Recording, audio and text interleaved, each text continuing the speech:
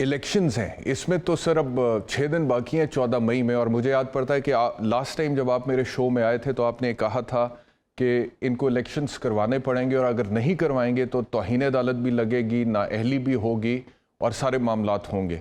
اب 6 دن باقی ہیں، حکومت کا تو کوئی موڈ نظر نہیں آ رہا ہے الیکشنز کرانے کا۔ آپ کو ابھی بھی لگتا ہے کہ توہین عدالت پرائم منسٹر پہ لگے گی، نااہلی ہوگی، باوجود اس کے کہ حکومت اس وقت بہت اگریسو ٹون میں بات کر رہی اور ججز کو پارلیمنٹ کے کٹہرے میں کھڑا کرنے کی بات کری، جنہوں نے میاں نواز شریف صاحب کے خلاف فیصلہ سنایا تھا، سزا دی تھی؟ دیکھیں احتشام، یہ تو خود چاہتے ہیں، as a matter of fact اگر آپ دیکھیے گا تو وہ سیاسی شہید بننا چاہتے ہیں، اس لیے کہ اس بری طرح سے انہوں نے آئین کی پامالی کی ہے کہ اس وقت آئین تو ایگزسٹ ہی نہیں کرتا اس ملک میں۔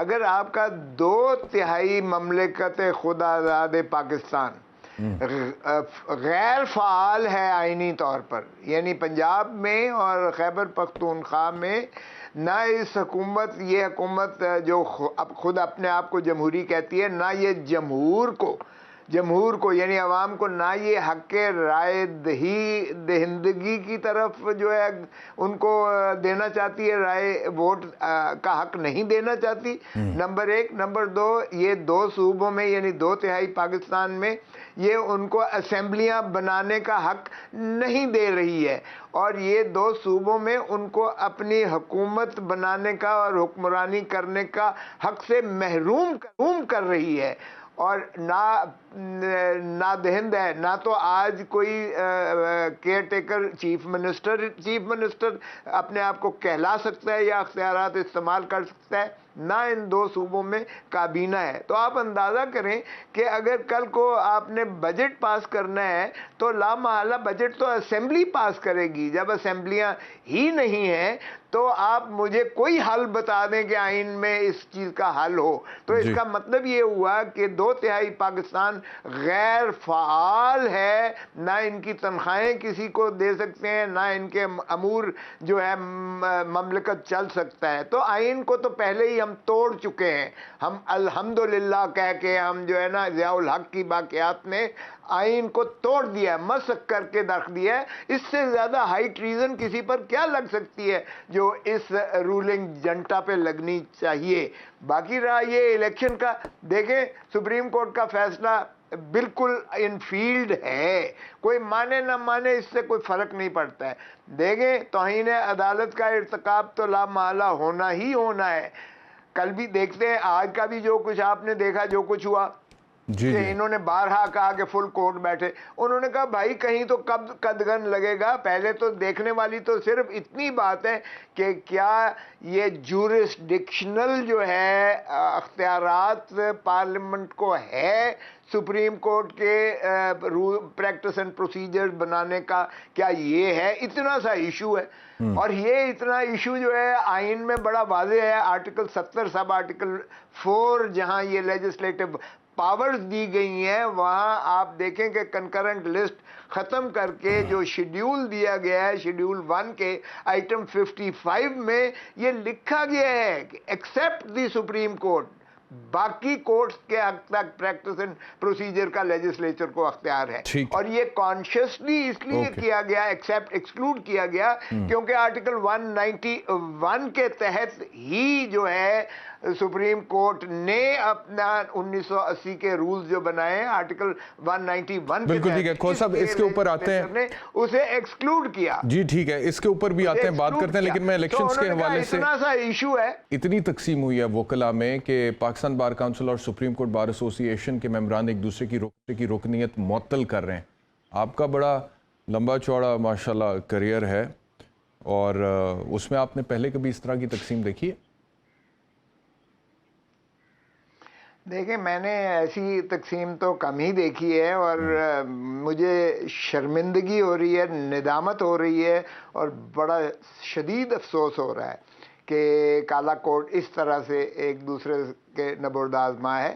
سیاستدان تو ایک دوسرے کی گردن پر ہمیشہ کرتے رہتے ہیں، لیکن وکلاء میں اس طرح سے کم از کم کبھی یہ نہیں ہوئی تھی۔ اس لیے پاشا صاحب سے بھی میں بہت ادب سے عرض کروں گا کہ کوئی سینٹی پریویل ہونی چاہیے ان اداروں میں. آپ لوگ جو ہے نوجوان وکلاء جو ہیں آپ ان کے لیے ایک جو ہے انسپریشن کے طور پر آپ ان کی رہنمائی کرتے ہیں.